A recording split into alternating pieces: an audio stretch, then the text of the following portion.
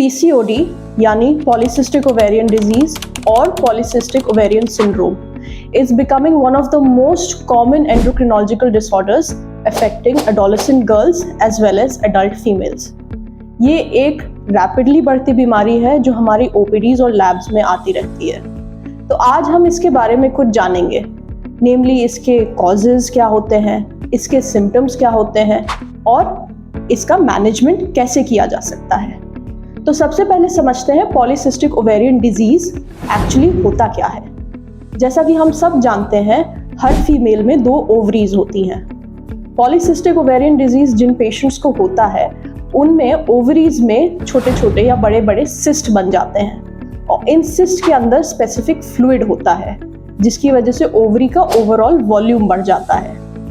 इसकी वजह से ये भी होता है कि हार्मोनल इम्बैलेंस हो जाते हैं गायनेकोलॉजिकल हार्मोन्स में फीमेल्स में, जिसकी वजह से एक तो टेस्टोस्टेरोन का लेवल बढ़ता है जो कि नॉर्मली मेल्स में पाया जाता है और फीमेल्स में इस हार्मोन का लेवल अक्सर कम होता है, बट PCOD के मरीजों में टेस्टोस्टेरोन का लेवल बढ़ जाता है। इसके अलावा PCOD में मरीजों का इंसुलिन रेजिस्टेंस भी होता है।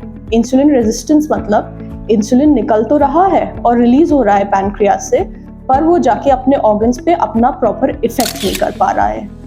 इन्हीं दोनों रीजंस की वजह से हमें सिम्टम्स मिलते हैं PCOD के। अब सिम्टम्स क्या होते हैं PCOD के? PCOD का इफेक्ट बॉडी में बेसिकली 3 तरह पाया जाता है।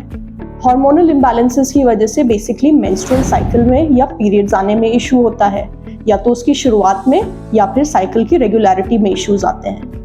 दूसरा इफेक्ट इस पे फर्टिलिटी पे पड़ता है, कंसीव करने में प्रॉब्लम, चाहे वो पहली प्रेगनेंसी हो या आगे की प्रेगनेंसी हो, और इसी प्रेगनेंसी को टर्म तक ले जाने में भी इश्यूज आ सकते हैं। थर्ड, जो फीमेल्स के लिए बहुत इंपॉर्टेंट होता है, उनकी अपीयरेंसेस में भी इश्यूज आते हैं, एक्ने वल्गैरिस या फिर मुहासे हो जाना चेहरे पे, और दूसरा साइन है इसका हिर्सुटिज्म यानी चेहरे पे या वैसी जगह बाल आ जाना जो आदमियों में ज्यादा कॉमन है। तो आज हम इसका मैनेजमेंट के बारे में भी जानेंगे।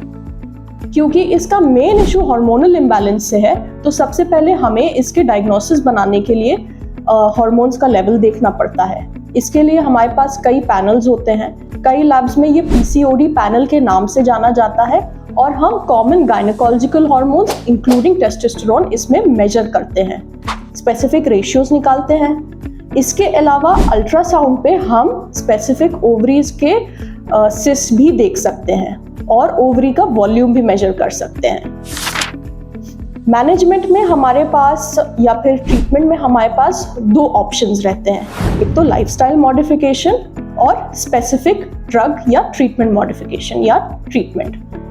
तो लाइफस्टाइल मॉडिफिकेशन में ऐसा कहा जाता है, खासकर जो पेशेंट्स ओवरवेट या ओबीस होते हैं, अगर वो अपना वेट कंट्रोल में ले आते हैं तो उनकी PCOD की प्रॉब्लम्स ऑलमोस्ट फिनिश हो जाती हैं और बिना किसी मेडिकेशन के उनके पीरियड्स भी रेगुलराइज हो जाते हैं और कंसेप्शन में भी प्रॉब्लम नहीं आती है।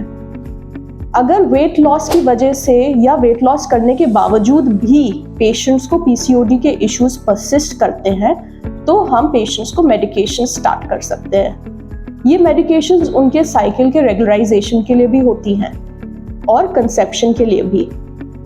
कंसीविंग के लिए अक्सर मरीजों को IVF का भी सहायता लेना पड़ता है, यानी वो IVF स्पेशलिस्ट के पास जाएंगी, वो या तो उनकी साइकिल्स को रेगुलराइज करके उसको ओव्यूलेटरी यानी नॉर्मल बनाएंगी, जिसकी वजह से पेशेंट को ओव्यूलेशन में प्रॉब्लम नहीं होगी और वो नेचुरली कंसीव कर सकती है, या फिर वो आर्टिफिशियली IVF करवा के एम्ब्रियो ट्रांसफर कर सकती हैं।